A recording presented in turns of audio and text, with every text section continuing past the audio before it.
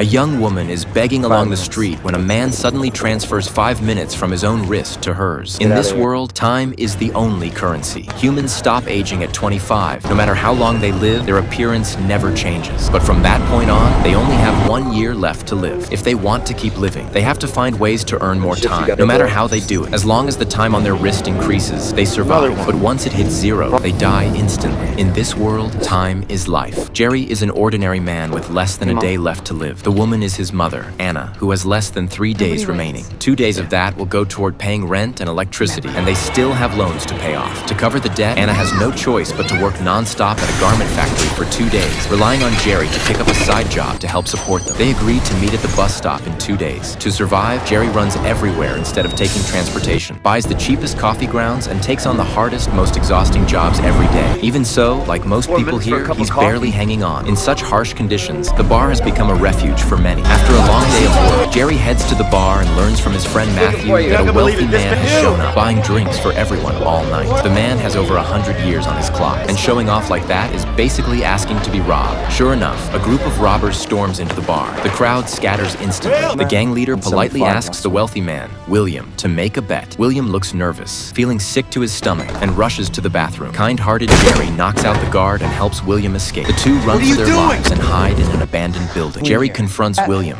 asking if he has a death wish for flaunting his wealth in the slums. But William tells him he's from an upper-class time zone and has already lived 105 years. He's had enough of life. He reveals a secret. The reason these rich and poor time zones exist is to grant a small number of wealthy people near immortality. Taxes and prices in the slums keep rising, so the poor never have enough time and are forced to work constantly, ensuring productivity while also keeping the population in check through constant deaths. William wonders what someone like Jerry would do with over 100 years. Jerry jokes that at least he wouldn't have to keep checking the time all the time. Then, more seriously, he says that if he had that much time, he swears he wouldn't waste a single second. As they talk and drink, they eventually drift off to sleep. The next morning, Jerry wakes up and instinctively checks his time, only to find that he now has over 100 years on his wrist, while William is nowhere to be seen. Jerry rushes to the window and spots William sitting quietly at the edge of a bridge. William has given all his time to Jerry and calmly waits for his heart to stop before falling into the river. By the time Jerry gets there, all that remains is William's body. What Jerry doesn't realize is that a camera overhead has already captured everything, and it's about to bring him endless trouble.